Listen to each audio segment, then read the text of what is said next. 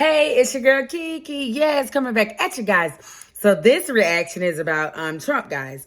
Possible Trump remarks before trial resumes. So guys, we're gonna listen and we're gonna take a deep dive into this. Early, he's a constitutional law attorney. He's been watching all of this. So David Pecker's cross-examination continues today.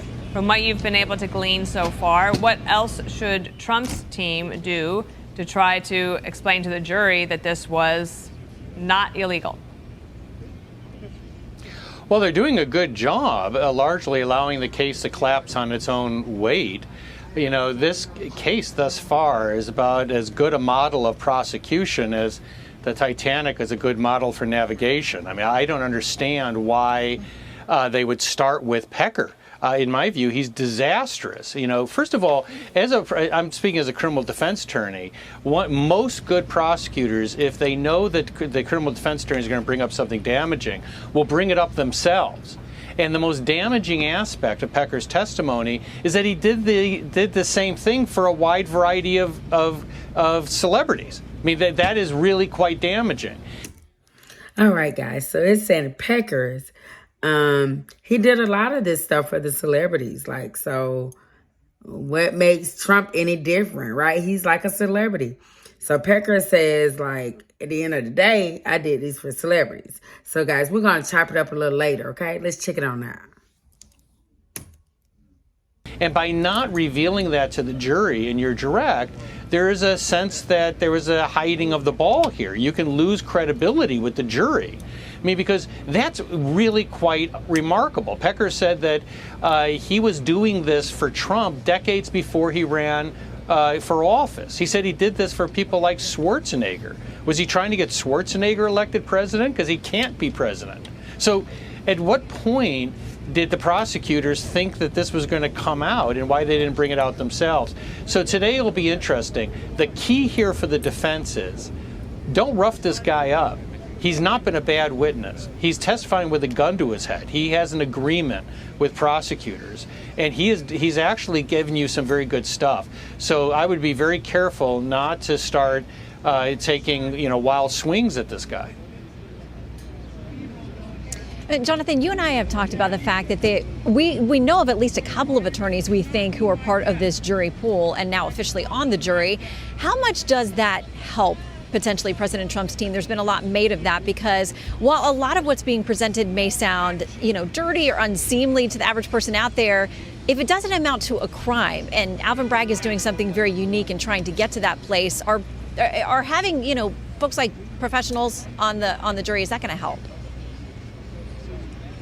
You know, Shannon, I have always opposed attorneys being on a jury. As a criminal defense attorney, I never want them on a jury. The reason is not to have any disparaging remarks about these two attorneys. I have no reason to believe that they won't be unbiased. But they just simply have too much authority in that room. This case has no crime that is discernible. Many of us are still debating, second week into this case, what was the crime Trump was trying to conceal? If one of those attorneys states in that jury room that they think that is a perfectly valid indictment, it probably will carry some weight. The key is that it takes a lot for people to stand up, even in a jury room, and be that one or two person. Hey guys, so listen up. The key players they have: Robert Costello, David Pecker, that's who they're talking about. Juan Mercerton. Wow.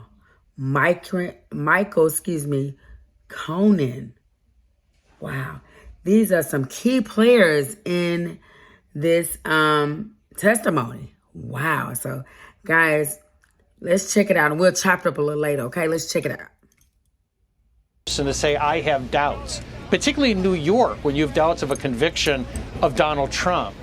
To have an attorney weigh in at that moment could silence those dissenting voices. That's why I think it's a bad idea, and I don't think it's a good thing to have two attorneys on this jury. Okay, Jonathan, since now everyone's had a chance to have a sleep, I don't know if it was a good night's sleep, it was a sleep after the Supreme Court argument yesterday. And the Supreme Court justices heard their last case and possibly the most consequential case of all of these. And you have a op-ed in the New York Post. The headline is oral argument suggests the Supreme Court about to plunge into a constitutional abyss in the Trump immunity case. What do you mean by falling into the abyss? Because this is a case where you often have a case where there is an argument that's sort of a cliff argument. You go over that cliff and you're not certain where you'll land. This case is different because there's cliffs on both sides. That is, both parties are advancing fairly extreme arguments. You've got the special counsel saying a president has no immunity. And you have the other side saying a president has complete immunity. And the justices, the three liberal justices clearly seem to be intending to support the special counsel. But the other justices wanted to find a third option. And they didn't buy the government saying, you have to trust us, we're the government. You could almost see some of these justices looking north towards New York. Because the third lawyer in that room was Alvin Bragg. Because everything they were discussing about political cases is unfolding at the same time in New York.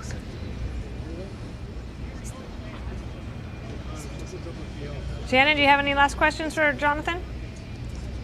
Well, I want to ask Jonathan the same question I keep getting asked after the arguments yesterday. Do we think this is an end of June argument, or because this case has been on a rocket docket sort of speed, do you think that they give it to us maybe in May? Yeah, Shannon, as you know, they can get this out as soon as they want. If they're going to remand it to the trial court, which some of the justices seem to be thinking along those lines. They said they're looking north. I don't know, guys. Y'all got to tell me what y'all think. What y'all think about this. Anyway, guys, let's finish. Continue to listen, all right? And then we're going to chop it up a little later, okay? At least 4 of them were discussing the record and why it doesn't answer some of these questions of that line between what's an official function, what's a non-official function. If they agree with that, they could send this back fairly soon. And even with that earlier result, I doubt that the district court could handle that question and still have a trial before the election. But obviously, June is the end date that we'll have to be dealing with. What is also clear, though, is that the justices don't feel this sense of urgency of the special counsel.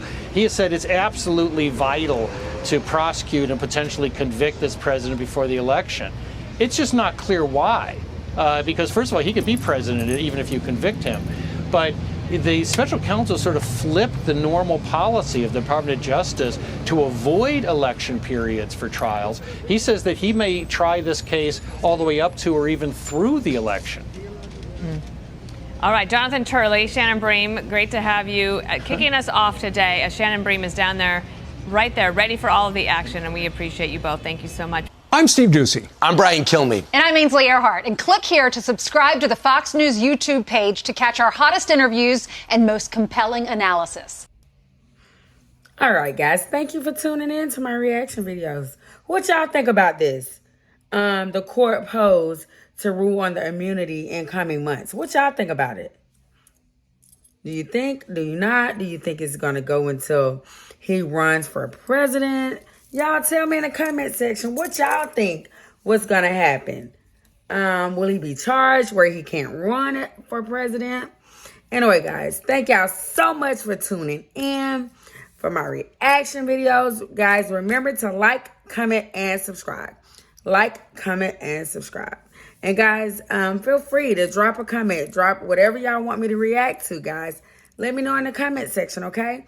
Anyway, guys, take care. I'll talk to you later. Peace.